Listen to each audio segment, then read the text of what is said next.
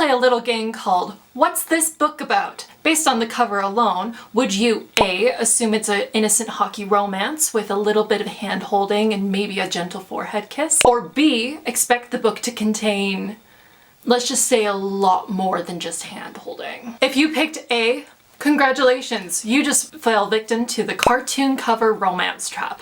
And if you picked B, congratulations, you have trust issues.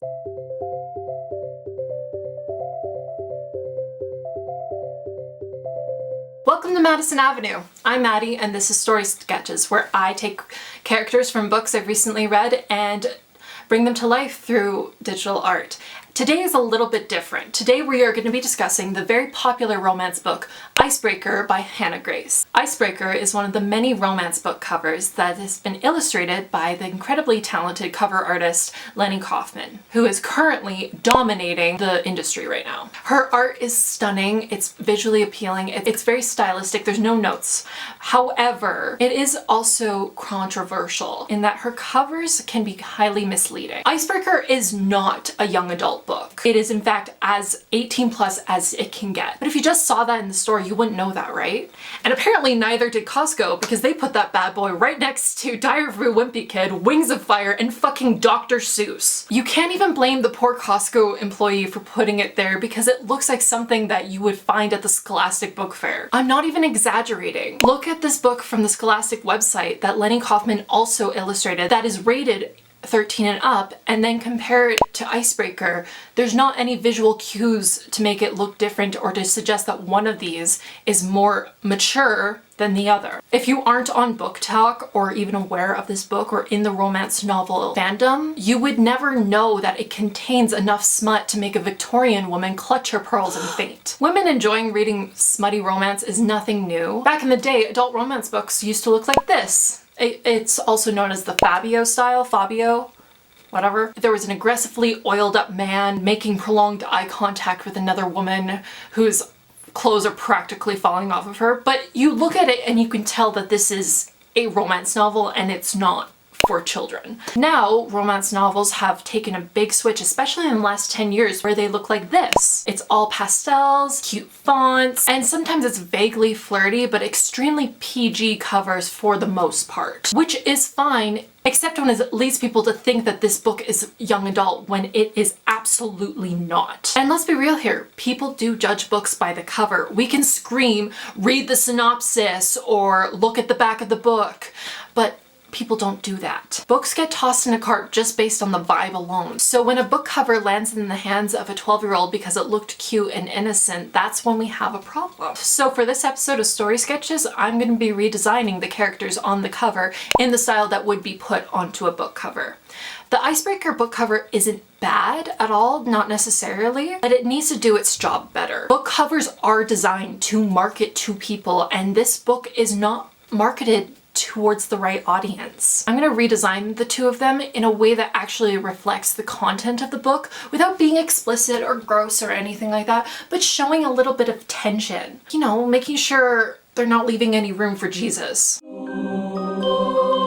Okay, so let's talk about the book Icebreaker, aka the book that made me actually like a hockey boy. And listen, as someone who went to a high school that had a hockey program, I thought it would be impossible to ever like a hockey boy. In my personal experience, hockey boys are not these flirty, dreamy, misunderstood athletes. They were a pack of guys named Braden, Colton, Jackson, and Jackson, all competing to see who could shotgun a Red Bull the fastest, all while in the middle of a 10th grade math class.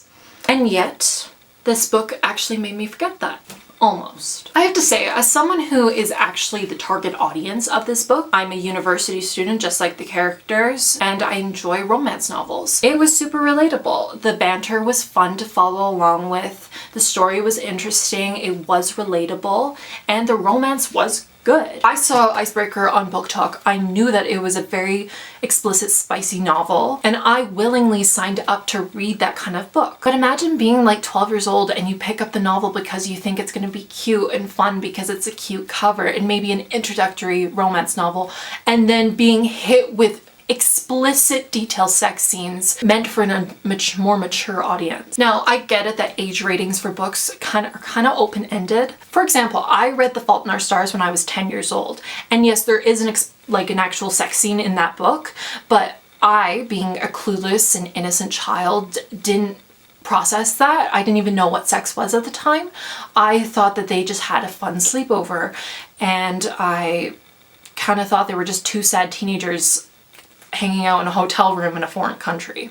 Now, as an adult, obviously I am aware that what was actually happening in that scene, but the reason I thought that it was just a sleepover is because John Green wrote it in a way that was more suggestive than explicit, because the book is intended for 13 to 14 and up, so it's not going to go into explicit detail. Icebreaker, not so much. It's detailed, thorough, and graphic even. There's no way to interpret in a way that is just suggestive. There's no way of going around that. And this is where we circle back to the issue. The cover does not reflect the content of the book, like at all. It's giving lighthearted rom-com when the book is actually rated R sports romance. And that's fine. There's nothing wrong with a book being like that, except the way the cover is designed is influenced where it gets placed on shelves, especially by people who are completely blind to what the contents of the book. Some of the times books will say 18 plus, but where I'm from, I don't see that a lot. It's not obvious, so it's hard for parents to even know if their kid says, oh, I want to read Icebreaker because it's so cute,